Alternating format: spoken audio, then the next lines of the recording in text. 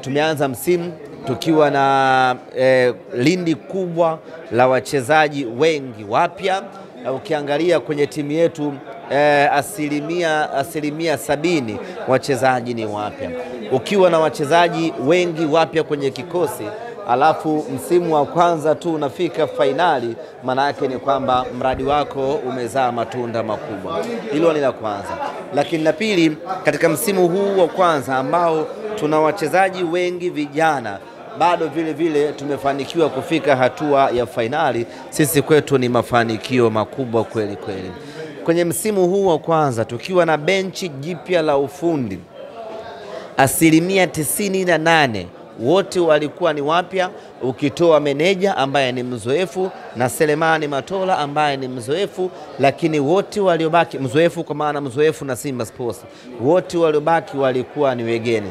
Lakini ndani ya asilimia hizo 99 za watu wapya kwenye technical bench, bado tumefanikiwa kufika hatua ya fainali ya michuano ya Afrika. Ni mafanikio makubwa mno. Ndio maana tunasema sisi kwetu we are celebrating hiki ambacho tumekipata. Hatuna cha kumlaumu yeyote.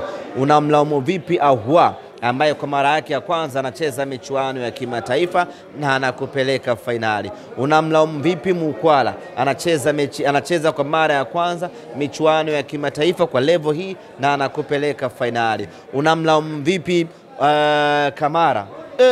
Unlucky, bahati mbaya.